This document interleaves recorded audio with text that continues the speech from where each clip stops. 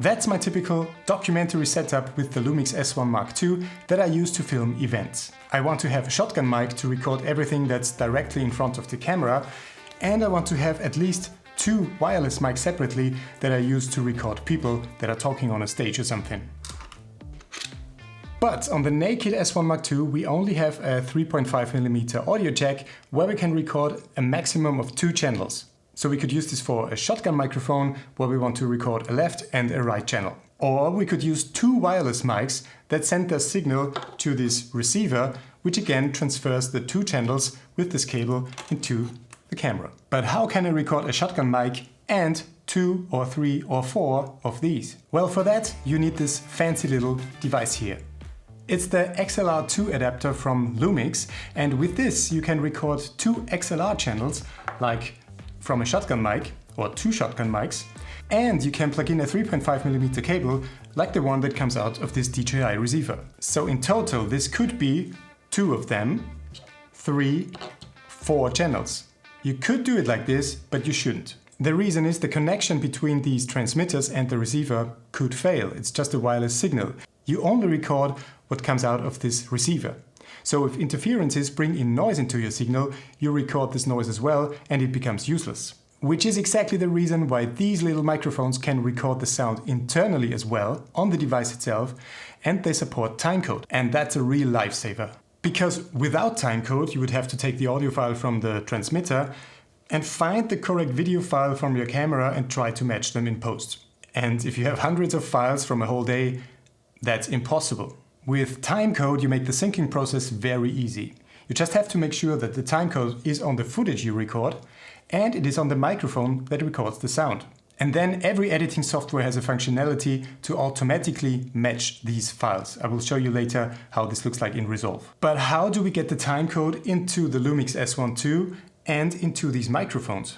Well, cinema cameras have an own input, timecode in, where you can plug in a timecode generator device and feed the signal in, so it's really burnt into the footage and it knows when it was recorded. A lot of mirrorless cameras like the S1 Mark II do not have this dedicated input, but you can record the timecode signal on an audio track. With the DJI Mic3 this is very easy, because this receiver can generate a timecode and automatically sends it to the microphones. So everything that's recorded on these microphones already contains the timecode signal. In addition, this receiver sends the timecode signal over the cable into the camera and uses 1 audio channel for that. On the other free audio channel, the sound of both microphones is combined. You might say now, well, that's not ideal because I don't want 2 microphones on 1 channel combined. I want 1 channel for each microphone. Of course, but this recorded audio channel doesn't matter at all anymore, because we did all of this with the timecode thing to use the internally recorded files of the microphones and replace the audio from the camera with it, synced by timecode. First, I show you how you have to set up the DJI microphones to do that, and then I show you how you have to sync the files in post. On the receiver you just have to swipe down and then to the right to the menu timecode. In there make sure you have set the same frame rate as your camera. Then activate the timecode and it's running. In the second page of the settings, activate A out.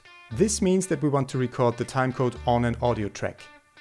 That's it. Now how can we sync this in Davinci Resolve? I have all the recorded files here in 2 folders. One for video of the Lumix camera, here's the clip, and one for audio of the DJI Mic3. When we have a look at the video file in the timeline, we see that we have 4 channels of audio.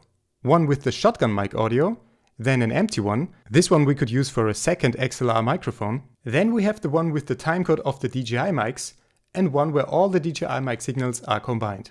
Again, we don't need this combined file, we want to merge the internally recorded mic files with the footage. So how is this done? First we have to right click on the clip, go to Audio Sync and then update timecode from audio track.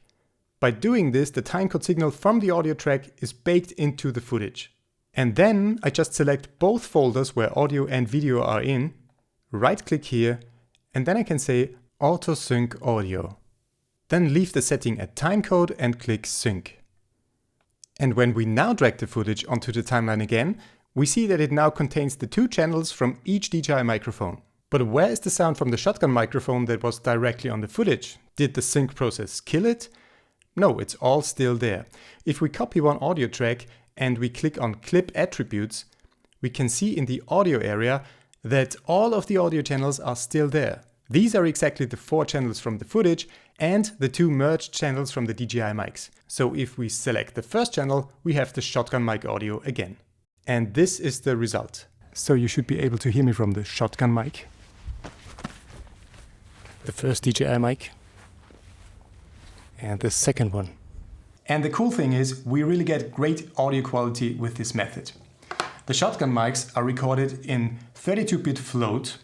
If it doesn't mean anything to you, that's kind of a raw format for audio, which basically means the audio signal can never distort or clip, and low levels can be brought up with ease. It's just a dream to work with. Try it out. And you don't need a special shotgun mic for this. This is a Rode NTG5, and the XLR module supports this 32-bit float recording. And the transmitters of DJI can record 32-bit float internally as well. And with this method, you can record not only 2, but 4 microphones from DJI, because the transmitter supports up to 4 microphones, and if you sync only 2 of them with timecode or 4, really doesn't matter. So in total, you could record up to 6 audio files with this XLR adapter. 2 microphones directly plugged in here, and 4 wireless mics with the DJI Mic 3. I have a lot more videos already on this channel and new ones are on the way, so if you're interested in that kind of stuff, maybe subscribe, hit the bell icon, and we'll see you again in the next one.